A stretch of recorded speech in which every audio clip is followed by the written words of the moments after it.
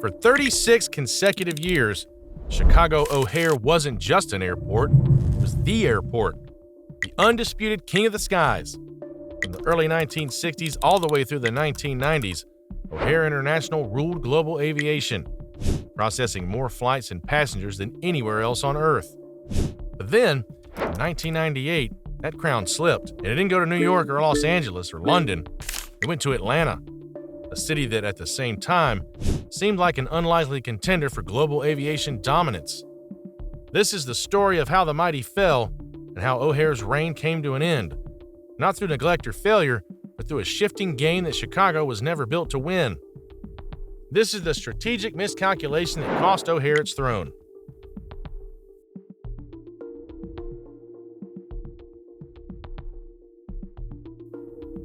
It's 1962.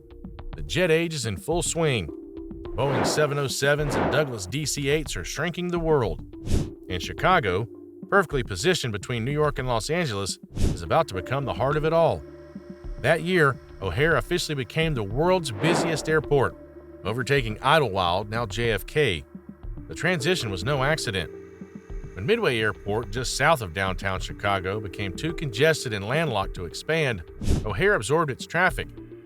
That shift gave O'Hare an instant surge, nearly 10 million passengers in 1961 alone, a staggering number for the time. And that central location was everything. Chicago sat at the intersection of America's aviation arteries, east to west, north to south. It was the perfect transfer point. Whether you were flying from Boston to Los Angeles or Dallas to Toronto, Chicago was your natural layover.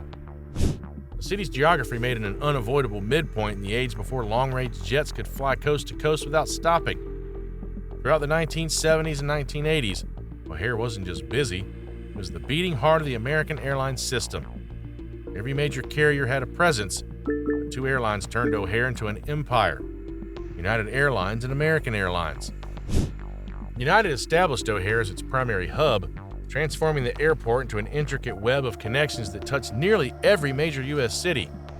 American Airlines, meanwhile, used it as a strategic fortress to challenge United head-on, creating one of the fiercest hub rivalries in history. By the late 1980s, O'Hare was processing over 60 million passengers annually, a number that would grow to nearly 85 million by 2019, even decades after losing the title. The infrastructure was impressive too. O'Hare pioneered the multiple parallel runway concept, a layout designed for maximum throughput in a limited footprint. Taxiways interlaced the runways in a complex but efficient grid, enabling simultaneous operations that few airports could match. During this era, something remarkable happened. O'Hare became synonymous with air travel itself. In movies, in news reports, even in corporate travel schedules, connecting through O'Hare became shorthand for business, movement, and the American aviation boom. O'Hare wasn't just a place, it was a symbol of reach, of ambition, of modernity. But beneath the glory, a storm was brewing. Because while Chicago was at its peak, another airport was quietly building something smarter. If you're enjoying this deep dive into the strategy behind aviation's biggest shifts, consider subscribing for more stories that uncover the hidden logic of flight, from the jets that changed history to the airports that reshaped the world. Now, here's where things start to change.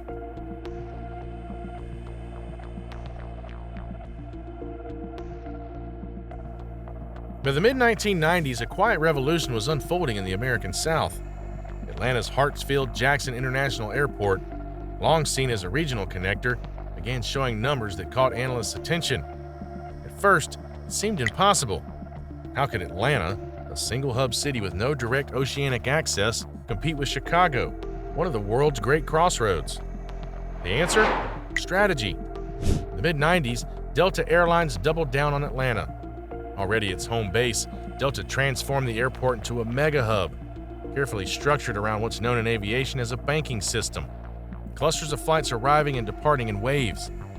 Passengers could connect between dozens of destinations with minimal layover time, creating an ultra-efficient transfer model that larger cities couldn't replicate. Then came the infrastructure. Atlanta introduced an innovative parallel runway layout, 5 in total, later expanding to 6. spaced far enough apart to allow multiple aircraft to take off and land simultaneously. It also introduced end-around taxiways, allowing planes to move freely behind active runways instead of waiting for clearances.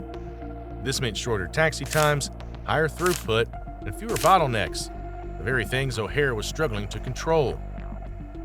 By 1998, the numbers told the story. Atlanta officially became the world's busiest airport, dethroning O'Hare after 36 straight years at the top. And it didn't just stop there. In 26 of the past 27 years, Atlanta has held that crown. In 2019, just before the pandemic, Hartsfield-Jackson processed more than 110 million passengers, 30 million more than Chicago O'Hare. How did this happen? Part of it comes down to geography, but not the kind O'Hare had once relied on. As air travel evolved, so did population centers. America's Sun Belt, spanning Atlanta, Dallas, Miami, Phoenix, and Charlotte, exploded with growth. Meanwhile, the Midwest population stagnated. The balance of where people lived and traveled shifted southward. So while O'Hare's location was perfect in the 1960s, by the 2000s it had become less advantageous. Atlanta was now the more logical connecting point between the booming southeastern U.S., Latin America, and the East Coast. And Delta's dominance sealed the deal. The airline's commitment to efficiency, combined with a powerful local market, gave Hartsfield-Jackson an unstoppable formula: fewer delays, lower costs, and unrivaled throughput. Meanwhile, in Chicago, the cracks were showing.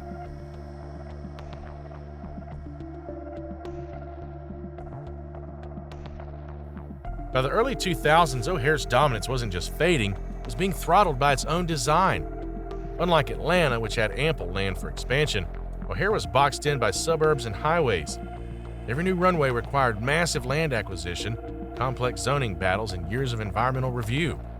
And yet, the city pressed on with the O'Hare Modernization Program, a multi-decade effort to reconfigure runways and increase capacity. Between 2025 and 2026, Chicago has been in near constant construction. Runways were extended, realigned, or rebuilt, often one at a time. But every project brought closures, creating rolling capacity reductions that turned O'Hare into a construction site in perpetual motion. The result? Even as the infrastructure modernized, day-to-day efficiency plummeted. On a bad weather day, average ground delays reached 30 to 40 minutes.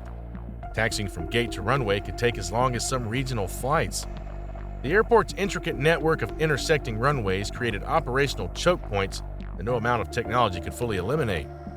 And then, the weather itself. Chicago's winters are notoriously brutal. Snow, ice, and thunderstorms routinely force closures or cancellations. Atlanta, by contrast, enjoys a far milder climate, allowing for year-round consistent operations.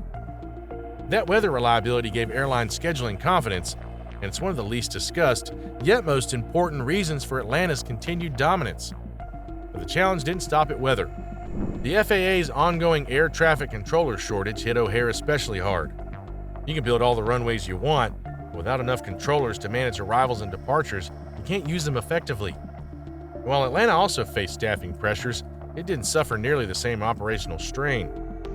Geography added another twist. Chicago's northern position made it less ideal for the modern traffic network. With growth shifting southward and more direct coast-to-coast routes available, fewer airlines needed Chicago as a central connecting point. Passengers were moving south, and the airlines followed. If you're finding this story fascinating so far, make sure you're subscribed. We dive deep into the strategies and engineering behind aviation's biggest shifts every week. Now, here's where things really get interesting.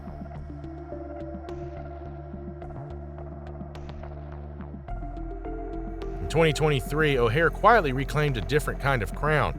It became the world's busiest airport by aircraft movements, meaning total takeoffs and landings. At first glance, that might sound like a comeback story, but it wasn't quite the same victory. O'Hare's lead in aircraft movements comes largely from regional jet traffic, smaller planes operated by United Express and American Eagle. These aircraft fly shorter routes with fewer passengers, which boosts movement counts but not total volume. By contrast, Atlanta's flights tend to be larger and longer, carrying more passengers per departure. So while O'Hare leads in total flights, Atlanta continues to dominate in total passengers. In 2024, O'Hare handled about 80 million passengers, up more than 8% from the previous year. a healthy recovery from the pandemic era. But Atlanta, it surpassed 108 million, not just maintaining its lead, but expanding it. What this shows is that the busiest can mean very different things. One airport moves more aircraft, the other moves more people. Each is optimized for a distinct operational model. O'Hare focuses on frequency and connectivity, with dense schedules serving short-haul business travelers and regional spokes. Atlanta, on the other hand, optimizes for efficiency and scale, with higher seat counts and longer average stages. So when we ask who's really the busiest, it depends on what you measure. But in the global spotlight, where passengers, not planes, define prestige, Atlanta remains untouchable.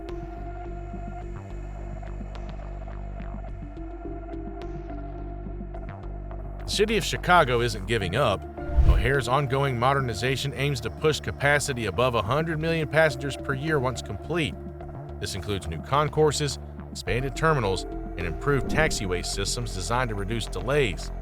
The jewel of this plan is the Global Terminal Project, designed by architect Gene Gang, a sweeping glass-heavy redesign that will replace Terminal 2 and transform O'Hare into a next-generation global hub.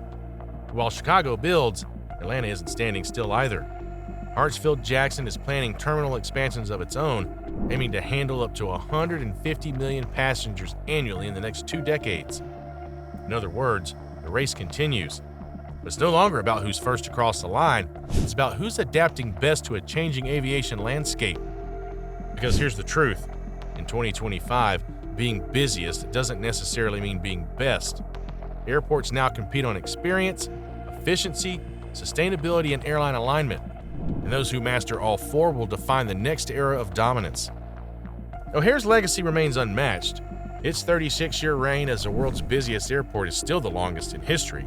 But that era represents a world that no longer exists, one where geography and raw volume define success.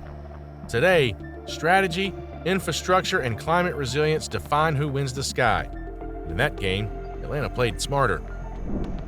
If you've enjoyed uncovering how O'Hare lost its crown, you'll love our next story, The Flip Side: Why Atlanta is still the world's busiest airport, and how its design keeps it ahead of every rival on Earth.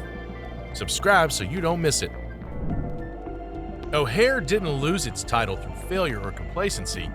It lost because aviation itself evolved, and because another city anticipated that evolution sooner. Chicago built an empire for the 20th century. Atlanta built one for the 21st.